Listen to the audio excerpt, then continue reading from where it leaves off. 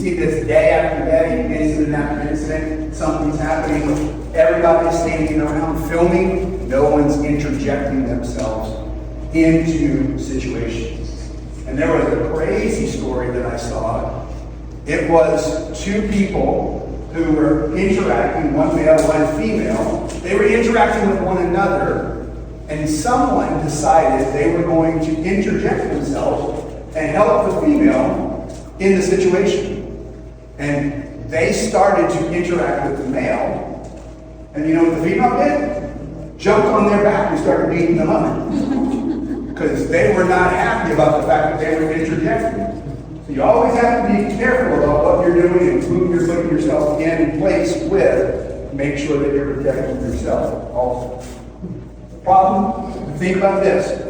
The bad guy always has the advantage. They pick the time, they pick the place, they pick the crime. We will always be reactionary to what happens. You have to remember this.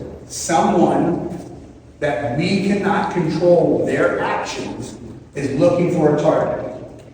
They're looking for someone to choose. What our job is, and the only thing we can control, is that they don't choose us.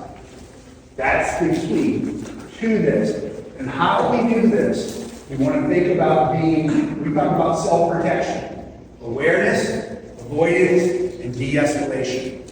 80% of our time, we're talking about how not to enter into an altercation. And only 20% of the time, we're talking about what to do physically. Because the last thing we want to do is actually be hands-on or in an altercation with anyone at any time.